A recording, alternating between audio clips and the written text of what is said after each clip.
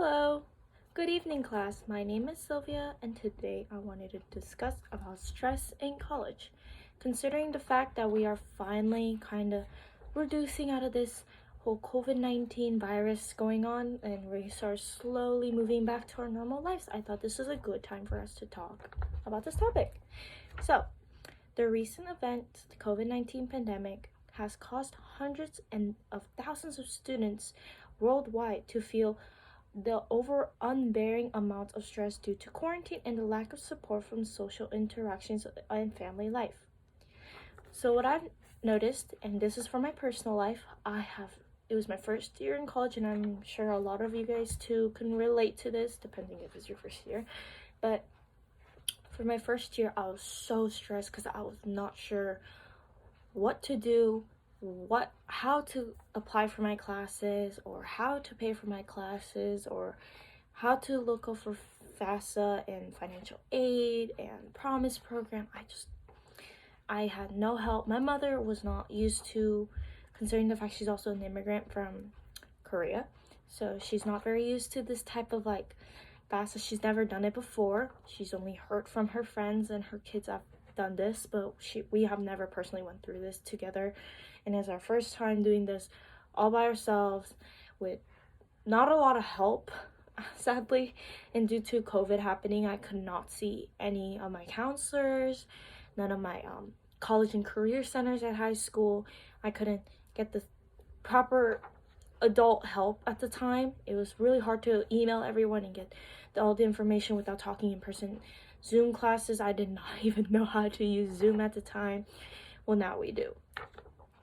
But from my personal experience with my families and a lot of our close friends, we have lacked a lot of like social interactions. So I thought I was mentally going insane, like in my room. Like everyone was going insane because we honestly were so used to seeing each other every day and not seeing each other. It's just like everything feels the same. Everything feels like it's like continuously happening again and again.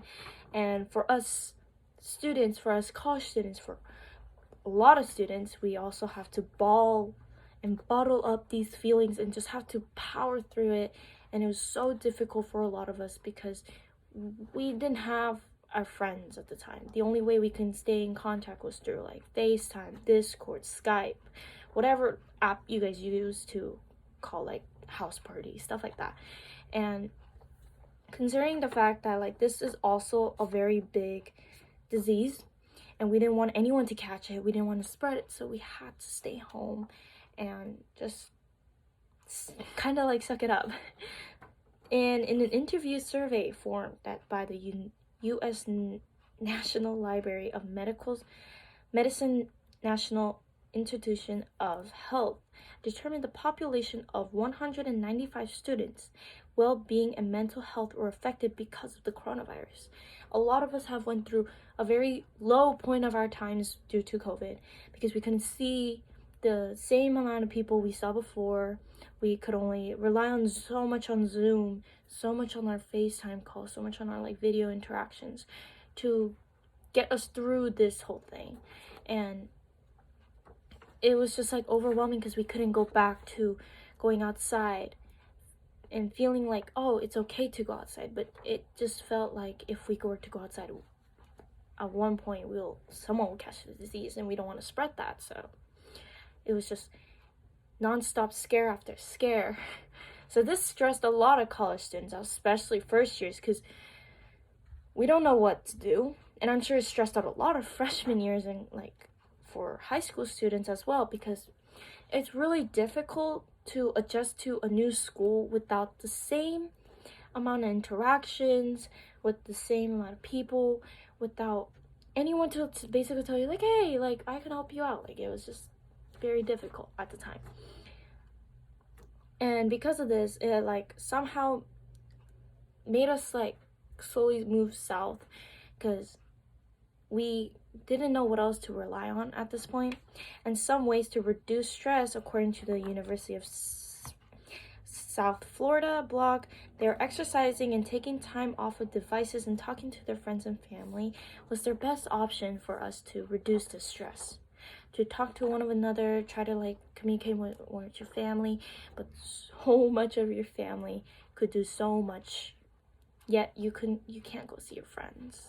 It was a lot of pressure for us to go outside or to see our friends, and I wasn't allowed to leave my house for like 5 to 7 months because it was just a global thing, and we didn't want anyone to get sick and possibly the worst pass away. So I hope you guys understand that. And they also, according to the Mayo Clinic of exercising, has been proven to pump of androphinus. I can't pronounce this, I'm so sorry. Which is your brain producing feels good nutrition, so like dopamine. So having your friends, communicating with your friends, doing little things like exercising and kind of getting your mind off of things, we're releasing dopamine into your head, which actually improved our mental health. And thankfully to the COVID vaccine, we were able to finally go see our friends again. That releases a lot of dopamine and a lot of neurotransmitters into our brain, so which makes us happy, and it keeps us all motivated. And I understand this COVID-19 also definitely stressed all of us out, and I hopefully by this fall semester we all get to kind of like see each other in person and kind of go through college all over again. Anyways, yeah, so this is my speech for tonight.